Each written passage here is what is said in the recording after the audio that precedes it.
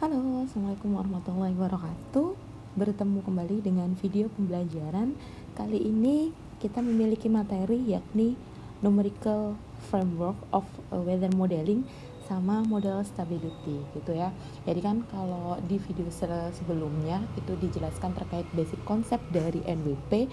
Nah, terus sudah jelaskan juga terkait pentingnya basic equation, apa gunanya equation, governing equation. Nah, sekarang terkait dengan numerical frameworknya, bagaimana sih kita menyelesaikan si equation tersebut, kira-kira apa aja numerical frameworknya. Jadi so far seperti itu. Nah, outline untuk video pembelajaran kali ini yakni cuman ada 3, yakni jenis dari numerical framework yang common digunakan di weather modeling. Kemudian ini ada finite difference gitu ya. Jadi dari framework itu nanti menjurus ke teknik yang dia paling banyak digunakan gitu ya. Sama yang terakhir yakni terkait dengan model stability gitu.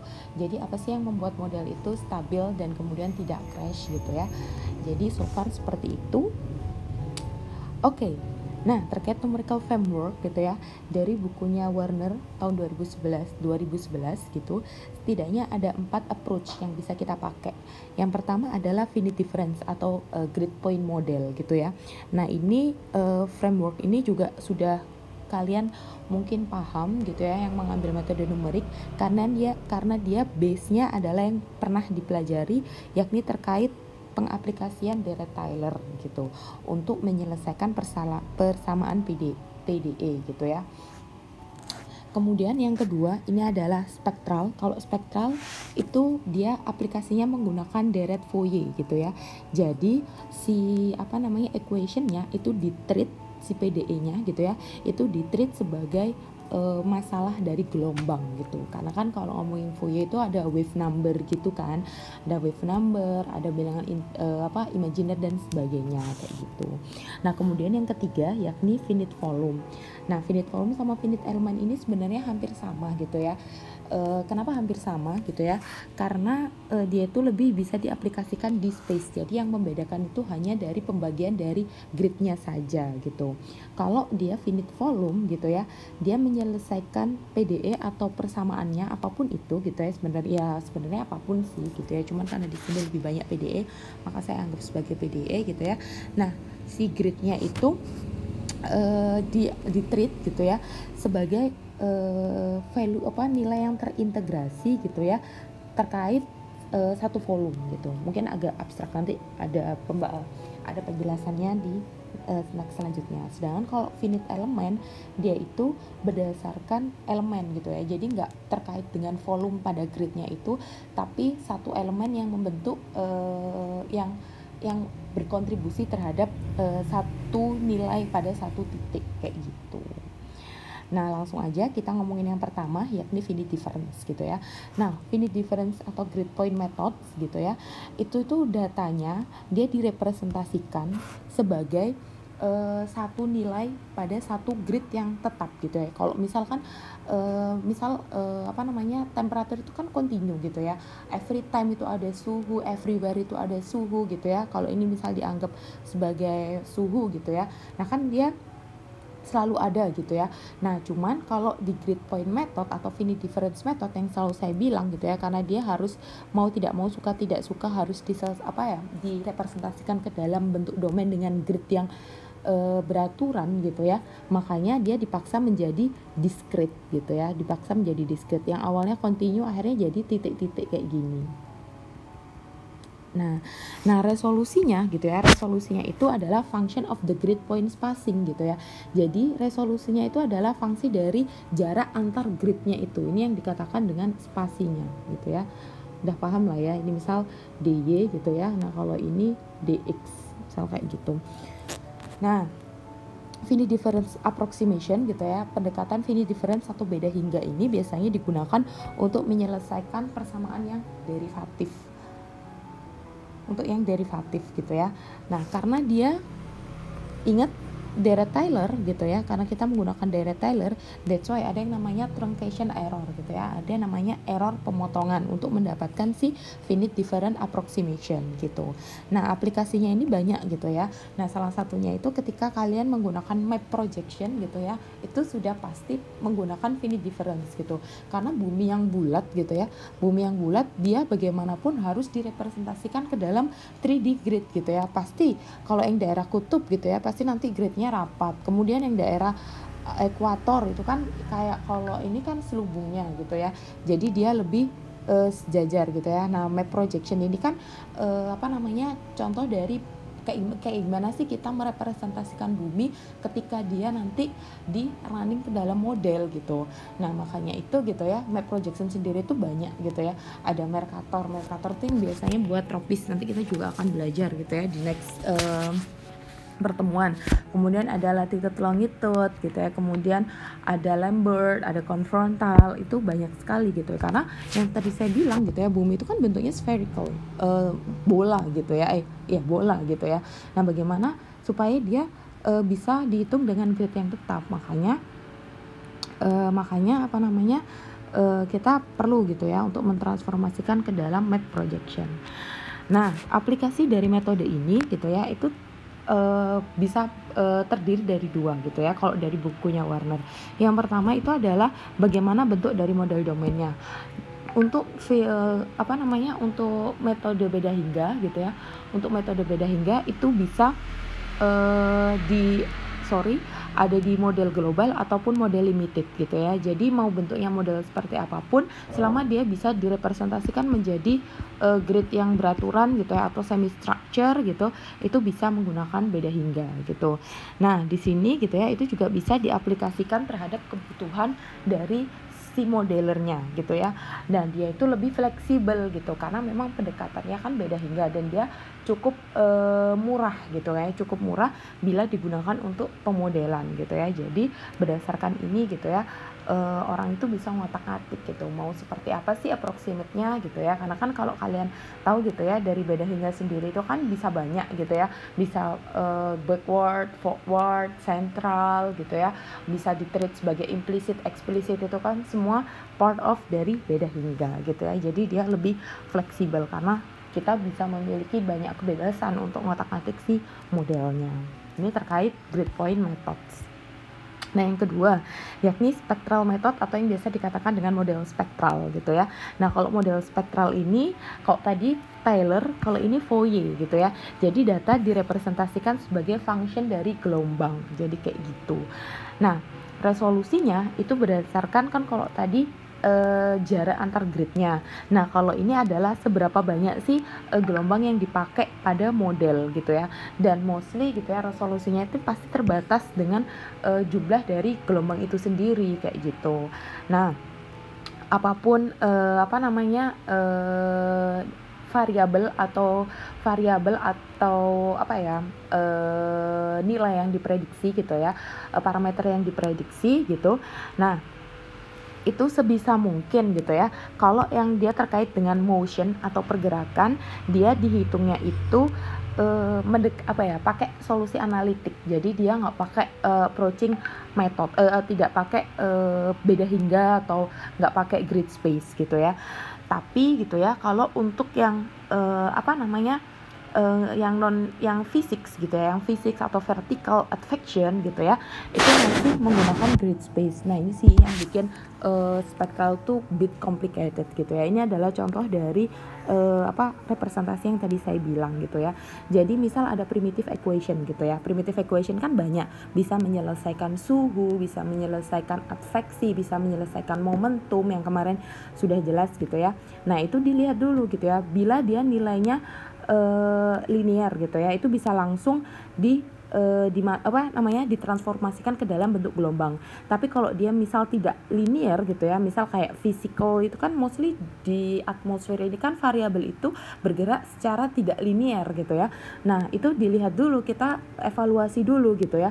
Kalau dia misal non linear tapi dynamic gitu ya, masih terkait motion gitu ya, jadi pergerakan atau adveksi atau ada angin di sana gitu ya. Nah itu masih harus direpresentasikan ke dalam bentuk grid space. Nah, habis dari bentuk grid space dia ditransformasikan menjadi gelombang. Sedangkan kalau yang fisiknya gitu ya, kayak misal suhu di gelombang di titik itu sendiri gitu ya. Kemudian vertical advectionnya gitu ya. Nah, itu dia sama gitu ya dengan grid point model. Jadi di treatnya itu sebagai grid space. Jadi dia memiliki error yang sama dengan grid point model. Sedangkan kalau yang dia di treat sebagai gelombang itu mostly analytical gitu ya. Jadi emang errornya lebih kecil kayak gitu. Jadi yang fungsi dynamicnya gitu ya, kan kalau model itu kan ada dynamic ada physics gitu ya. Kalau dynamicnya di spektral itu akan di treat sebagai gelombang, sedangkan physicsnya tetap sebagai grid point. Jadi kayak gitu. Nah, bagusnya lagi gitu ya, equationnya can be integrated, dan dia itu nggak peduli dengan time step dan seberapa lama sih kita mau mengintegrasi kayak gitu, karena memang dia ditreatnya sebagai gelombang. Dan model ini gitu ya, originally gitu ya, pertama kali dibikinnya gitu ya, idenya itu karena adanya kekurangan, adanya keterbatasan gitu ya, adanya keterbatasan dari model awal grid point gitu ya, karena kan grid point itu kan banyak sekali ya sebenarnya kekurangannya gitu ya. Kayak misal tadi karena adanya adanya truncation error gitu ya. Kemudian bagaimana kita merepresentasikan bumi yang bulat kemudian ke dalam bentuk grid yang rata gitu. Makanya tercetuslah si spektral ini gitu. Tapi ya itu, dia mostly digunakan untuk global model gitu, karena ya memang dia kalau untuk limited terbatas gitu ya. Karena kan kalau gelombang lebih gampangnya dia di-treat itu sebagai satu gelombang penuh gitu ya. Jadi yang mengitari bumi. Jadi misal seperti itu. Nah, yang ketiga ada finite volume gitu ya, yang tadi saya bilang. Jadi dia itu hanya representasi dari bagaimana bentuk gridnya saja kayak gitu. Nah, kalau mungkin tadi saya lupa gitu ya. Jadi kalau finite difference gitu ya, kan ini kan tadi titiknya gini kan, karena dia mostly structure gitu ya. Resolusinya itu adalah jarak antar grid. Sebenarnya dalam satu titik ini dia merepresentasikan average gitu ya, rata-rata dari satu kotakan ini, satu grid sisa ini. Cuman karena kalau finite difference itu udah pasti kotak gitu ya, jadinya ya dia pasti rata-ratanya sama. Nah, bedanya kalau finite volume gitu ya, finite volume itu bentuk gridnya itu ada dua setidaknya, ada Voronoi, ada Thiessen gitu ya. Nah, nilai dari satu titik ini gitu ya, nilai pada titik ini itu adalah kalau bisa saya bilang gitu ya, each node gitu ya, node ini gitu ya, itu tuh menerima balance dari node-node sekitarnya gitu ya. Jadi node ini, node ini, node ini, node ini, dan node ini gitu ya. Makanya gitu ya, tergantung dari besarnya dia terhadap node sebelahnya. Makanya bentuknya itu volume gitu ya. Jadi dia representasi dari node sekitarnya gitu ya. Nah, kalau 1D gitu ya, one dimensional gitu, intervalnya resolusinya itu berdasarkan interval dari mid node gitu ya. Jadi ini ada node gitu ya. Misal ini adalah gridnya atau node-nya gitu ya. Nah, resolusinya itu ada intervalnya antara mid node-nya ini gitu. Sedangkan kalau 2D gitu ya, itu ada dua prinsipal. Yang pertama tadi yang saya bilang, bahwa setiap node itu memiliki kesetimbangannya masing-masing gitu ya. Misal node ini memiliki kesetimbangan masing-masing, node ini juga gitu ya. Nah, yang menentukan kesetimbangannya itu apa sih gitu ya? Kesetimbangan dari volumenya ini berdasarkan dari node-node di sekitarnya gitu ya. Jadi misal kayak gini, yaitu kesetimbangannya berdasarkan node di sini, ini di sini, itulah dia harus selalu sama gitu ya, namanya juga setimbang. Jadi dia tergantung dari bagaimana besaran node sebelahnya, pasti dia akan mengikuti node itu. Jadi seperti itu. Nah, tipe dari 2D finite volume model ini, yang pertama ada Voronoi gitu ya, seperti ini, tidak beraturan gitu ya, dan mostly segi 5 ya, kayak gitu deh. Nah, kemudian ini yang Thiessen gitu ya, ini yang Thiessen. Jadi seperti itu. Ini kayak lebih ke molekul ya, kayak sel-sel gitu. Nah, selain finite volume ada juga yang namanya finite element gitu ya. Nah, finite volume sama finite element ini cuma beda di representasi dari nodes-nya itu sendiri gitu ya. Nah, kalau tadi finite volume itu interval midpoint-nya kalau 1D apa namanya? 1D resolution-nya. Nah, kalau ini adalah interval between nodes gitu ya. Nah, ini antar between nodes gitu ya. Misal ini nodes-nya gitu ya. Nah, ini satu elemen, dianggap satu elemen gitu ya. Nah, kalau 2D gitu ya, kalau 2D-nya itu nilai dari satu titik gitu ya, itu dikalkulasikan pada node itu sendiri. Misal gitu ya, kayak di sini nih, untuk mengetahui node ini gitu ya, kan kalau yang tadi itu kan dari titik tengah-tengahnya gini ya. Nah, kalau ini enggak gitu ya. Untuk mengetahui nilai ini gitu ya, kita lihat elemen ini, kita lihat elemen ini, kita lihat elemen ini, kita lihat elemen ini, kita lihat elemen ini, dan kita lihat elemen ini. Jadi nilai ini tuh ditentukan dari elemen di sekitarnya. Jadi bukan lagi volume berdasarkan jarak gitu ya, tapi benar-benar elemen yang membentuk si titik ini kayak gitu. Nah, ini secara kalkulasi gitu ya, itu lebih mudah untuk diinterpolasi gitu. Karena apa? Karena nggak harus conserve di balance dari volume domain itu gitu ya, atau volume bentuk nodes-nya itu gitu ya. Nah, di sini setiap nodes itu memiliki ounce balance. Kalau tadi kan balance di titik bergantung dari teman-temannya gitu ya, dari sekitarnya. Kalau ini setiap nodes gitu ya, ya dia memiliki balance-nya sendiri gitu ya. Misal kalau ini yaitu dari gabungan dari 6 ini, misal seperti itu gitu ya. Dan dia bisa dikatakan sebagai rataan dari beberapa control nodes gitu. Mungkin agak bingung gitu ya. Terus apa bedanya Bu finite volume sama finite element gitu ya. Nah, gini loh bedanya gitu ya. Nah, kalau finite volume itu mostly bentuknya tuh polygon karena dia mengambil kesetimbangan antara jarak di nodes-nya gitu ya. Antara ini sama ini gitu ya. Ini kan nilai tengahnya segini, kemudian antara ini sama ini nilai tengahnya segini, kemudian ini sama ini kayak gitu terus gitu ya. Nah, baru dari situ gitu ya nanti dibikin polygon kayak gitu. Nah, sedangkan kalau finite element dia itu bentuknya triangle. Karena apa? Karena every node dia memiliki balance-nya sendiri-sendiri. Jadi misal balance ini ya dia dari elemen ini kayak gitu. Nah, ini misal saya hapus ya.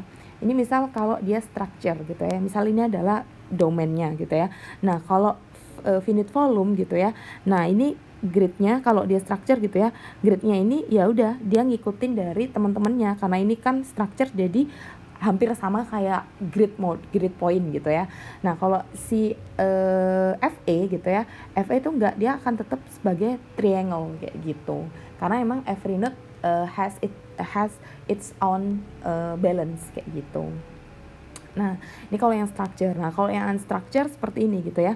Misal kalau dari sini gitu ya. Nah, kalau kalian lihat gitu ya bahwa titik-titik ini tuh merepresentasikan dari volume ininya gitu ya. Nah, dia itu sebenarnya terpengaruh dari jarak si teman-temannya ini gitu. Nah, sedangkan kalau ini kan enggak gitu ya.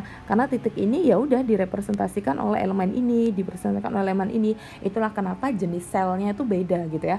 Kalau ini tuh tadi yang polygon gitu ya, dan dia bisa dari Voronoi, bisa dari Tyson. Kalau ini mostly ya segitiga aja gitu ya, triangle. Dan mostly untuk finite volume sama finite element ini dia itu bagus untuk domain yang dia itu enggak beraturan gitu ya, karena memang sebenarnya di dunia ini kan ya realnya gitu ya, keadaan atau topografi bumi itu kan enggak beraturan gitu ya. Nah, makanya FA sama finite volume itu bukan sempat sih, sekarang itu sudah mulai untuk dimasukkan ke weather modeling, terlepas dari dia cukup mahal gitu ya, karena mostly sekarang itu lebih banyak dia digunakan untuk engineer gitu ya. Jadi kalau untuk desain misal pesawat atau bagaimana sih sayapnya supaya dia ergonomis, bisa terbang dengan sebagainya, itu kan bentuknya sayap pesawat itu kan nggak yang kotak atau nggak yang kubus gitu ya, tapi kan bentuknya kan ngikutin ya bentuk pesawat gitu ya. Bagaimana merepresentasikannya, mostly itu dia menggunakan finite element atau finite volume karena dia bisa merepresentasikan domain yang dia nggak structure. Nah, dibandingkan antara finite volume dan finite element sendiri gitu ya, kalau dia dalam satu domain gitu ya, kemudian diinterpolasi, mostly FA ini lebih smooth daripada si finite volume. Karena apa? Karena dia kalau untuk diketahui nilai secara linearnya gitu ya, dia masih ngikutin volumenya. Sedangkan kalau si finite element dia bisa diinterpolasi dari bentuk dari grid-grid pada elemennya. Jadi seperti itu. Nah, so far udah dari 4 numerical framework. Open question-nya adalah apa sih plus minus dari masing-masing framework itu gitu ya. Sebagian juga tadi sudah saya jelaskan, tapi it's really much better kalau kalian coba dig up sendiri gitu ya. Kira-kira apa sih lebih dan kurangnya dari masing-masing itu gitu ya. Oke, gitu. Kita udah ngomongin 4 jenis numerical framework yang common digunakan di weather modeling. Nah, cuman di antara 4 ini gitu ya, kita lebih mengerucut ke finite difference. Why gitu ya? Nah, ini masih ingat kan finite difference gitu ya? Kita memiliki grid yang structure, kemudian kita bisa mendekati dengan backward, central, dan forward gitu ya. Nah, kalau tadi kalian cermati gitu ya, mostly untuk numerical framework tadi gitu ya, itu tuh hanya bisa digunakan untuk space gitu. Sedangkan gitu ya, kita menyelesaikan itu kan kita agree ya bahwa yang namanya perubahan sesuatu terhadap waktu gitu ya, itu kan bisa didekati dengan perubahan sesuatu itu terhadap space plus sink and source-nya gitu ya. Dan sink and source-nya kan juga sama kayak gini. Ketika dia berubah terhadap waktu, dia juga berubah terhadap space. Masalahnya yang tadi numerical framework itu mostly untuk space, dan yang bisa juga untuk time dan space itu mostly finite difference kayak gitu. Nah, ini adalah contoh scalar gitu ya untuk advection. Udah juga kemarin di 1D exercise gitu ya. Nah, karena ini panjang sekali sebenarnya gitu ya, makanya kita memotong gitu ya. Akhirnya yang ada namanya tadi error truncation gitu ya, error pemotongan gitu ya. Nah, ini bisa didekati dengan banyak gitu ya, bisa dari ya misal diturunkan gitu ya, kemudian dia dipindah, kemudian dipindah ruaskan gitu ya, akhirnya jadi gitu ya. Untuk mendekati ini gitu ya, bisa pakai ini gitu ya, untuk mendekati ini bisa pakai ini gitu ya. Ini adalah contoh misal kalau forward gitu ya, untuk yang forward ini kan. Tapi masalahnya untuk finite difference kan banyak ya, ada forward, backward, sama central. Ini adalah contohnya gitu ya. Finite difference approximate can be represent can be respect to the time or and or space kayak gitu. Nah, ini adalah yang paling mostly banyak digunakan gitu ya. Jadi ketika pendiskriptisasian grid terhadap space itu mostly yang digunakan adalah beda tengah gitu ya. Sedangkan kalau untuk waktu dia beda depan, forward gitu ya. Pertanyaannya adalah, ya ini anggap aja open question meskipun gak ada gitu ya. Why kenapa kalau space dia tengah, kalau dia time dia forward? Open question kedua. Nah, kemarin juga sebagian udah belajar terkait dengan 1D adveksi gitu ya, bahwa resolusi itu mempengaruhi dari akurasinya. Misal kita memiliki nilai seperti ini gitu ya, true solutionnya tuh kayak gini loh harusnya gitu ya.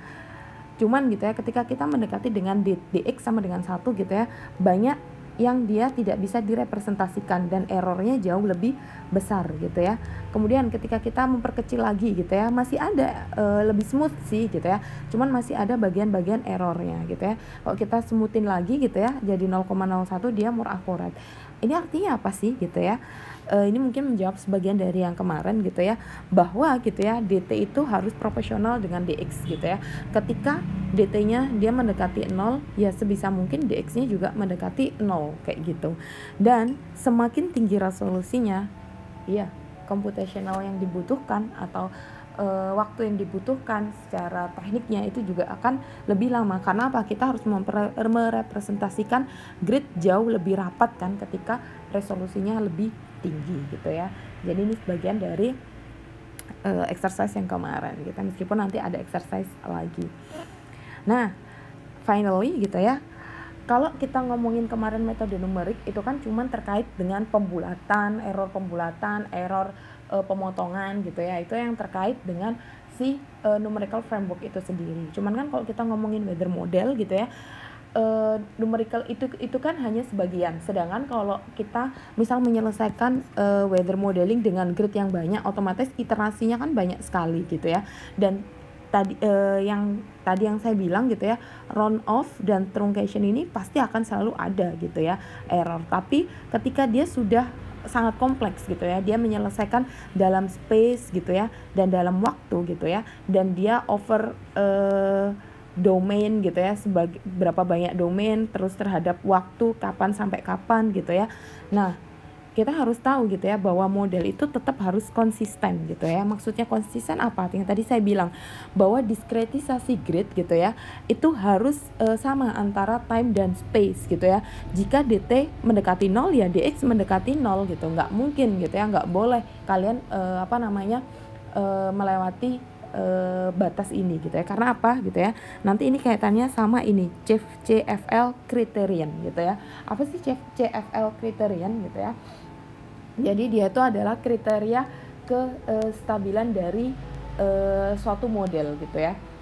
Mungkin kalau kalian sempat baca beberapa aturan atau beberapa approach gitu ya, either itu upward, forward, central, Lax-Wendorf, kemudian apapun leapfrog gitu ya, pasti ada yang namanya CFL criterion gitu ya. Kapan sih dia divergence, kapan dia convergence gitu ya. Nah, mostly gitu ya, dia itu dikatakan divergence bila gitu ya, bila Umax gitu ya, kecepatan yang mengalir pada suatu grid gitu ya, dikalikan dengan dt-nya dibagi dx itu kurang dari 1 gitu ya. Cuman ini kriterian ini bisa beda-beda tergantung dari approach-nya kayak gitu. Nah, untuk menghindari ini makanya dia harus konsisten kayak gitu. Makanya kalau nanti kalian merunning WRF gitu ya, ketika kalian memiliki outer domain gitu ya, misal dx-nya itu adalah 9 km gitu ya, 9 km gitu. Nah, dt-nya itu berarti berapa sih gitu ya? Itu harusnya 3 kali dx gitu. Berarti 27 seconds. Misal seperti itu, kayak gitu. Ininya ya, idealnya gitu. Kurang dari ini oke gitu ya. Tapi kalau lebih ya pasti nanti dia nggak stabil gitu. Makanya itu harus dipikirkan dengan cermat gitu ya. Ketika kalian memutuskan untuk running, disesuaikan gitu ya. Oh, kalau dx saya harus tinggi, dt saya harus tinggi gitu ya.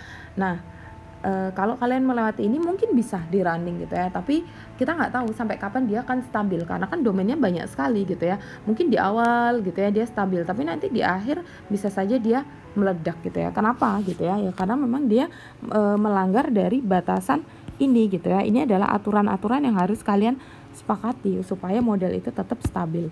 Nah, yang kedua adalah akurasi, bahwa kita disediakan banyak sekali approach gitu ya. Yang tadi saya bilang gitu ya, misal ada forward, backward, ada central gitu ya. Nah, kalau kita ngomongin terkait akurasi, pasti kita harus memiliki numerical solution yang dia paling mendekati dengan analytical. Itulah kemarin kita harus memiliki sense of numerical itu gitu ya. Mana sih dari approximate ini yang mendekati nilai sebenarnya gitu ya. Nah, itu untuk mendapatkan akurasi yang baik. Kemudian yang ketiga itu stabilitas gitu ya. Maksudnya apa gitu ya? Kita tahu bahwa yang namanya menggunakan numerical method gitu ya, numerical prediction itu pasti menghasilkan error itu pasti gitu ya. Cuman gitu ya, error yang dihasilkan itu harus stabil. Maksudnya apa gitu ya? Dia nggak semakin membesar seiring dengan waktu gitu. Jadi nilainya kalau bisa ya makin kecil atau enggak stabil. Kalau dia makin besar, itu yang dikatakan dengan meledak gitu ya. Jadi kalau dia makin nggak beraturan, berarti dia sudah nggak stabil gitu. Kemudian yang keempat, yakni masih terkait dengan error gitu ya, bahwa suatu model itu pasti akan menghasilkan error kalau pakai numerical method. Cuman kalau kalian plot gitu ya, profil errornya gitu ya, ini profil error, ini berdasarkan waktu gitu ya, atau berdasarkan space gitu ya. Nilai error ini kalau emang dia misal kayak gini, ini nilai errornya seperti ini gitu ya, dia udah menghasilkan maksima dan minima gitu ya. Ini adalah maksima dan minima. Dia harus tetap balik gitu. Nggak boleh dia menghasilkan minima yang lebih kecil, lebih besar lagi, atau minima yang lebih kecil lagi. Kalau kayak gini gitu ya, ya sudah bisa dipastikan gitu ya, ini sama, dia tidak stabil. Karena apa? Karena dia mengenerate error atau mengenerate error maksima yang baru dan minimum yang baru gitu ya. Jadi setidaknya ada 5 kriteria gitu ya yang harus kalian penuhi ketika kalian mau menentukan approach mana sih yang paling bagus untuk model saya. Yang pertama harus konsisten. Kalian ngeset dt sama dx-nya itu harus sesuai, harus seimbang gitu ya, supaya tidak menyalahi aturan konsistensi dan aturan CFL criterion. Yang kedua gitu ya, ada akurasi, bahwa ketika memilih approach gitu ya, memilih metode, pilih yang dia mendekati solusi eksaknya. Kalau nanti di pemodelan berarti solusi eksaknya kan susah ya untuk dicari, maka pilih yang paling apa? Yang paling mendekati observasi gitu ya. Makanya kalau kalian mungkin lihat gitu ya, punyanya senior gitu ya, pasti gitu yang dijadikan patokan itu adalah observasinya gitu. Karena apa gitu ya, kita mengetahui metode itu oke, akurasinya bagus, itu ya ini base-nya gitu ya, observasi gitu. Kemudian stabil gitu ya, kalian lihat errornya gitu ya. Kalau dia nggak menghasilkan error yang lebih besar lagi seiring dengan waktu gitu ya, maka dia bisa dikatakan oke gitu ya. Biasanya kita lihat dari mana sih dia stabil atau enggaknya gitu ya. Itu nanti kalau kalian running gitu ya, kalian lihat aja kalau dia waktu untuk mendapatkan running itu stabil gitu ya, itu berarti oke. Tapi kalau makin lama gitu ya, makin lama gitu ya, maksudnya seiring dengan berininya waktu gitu ya, dia waktu yang dibutuhkan untuk integrasi makin lama, dia itu salah satu tanda tidak stabil gitu ya.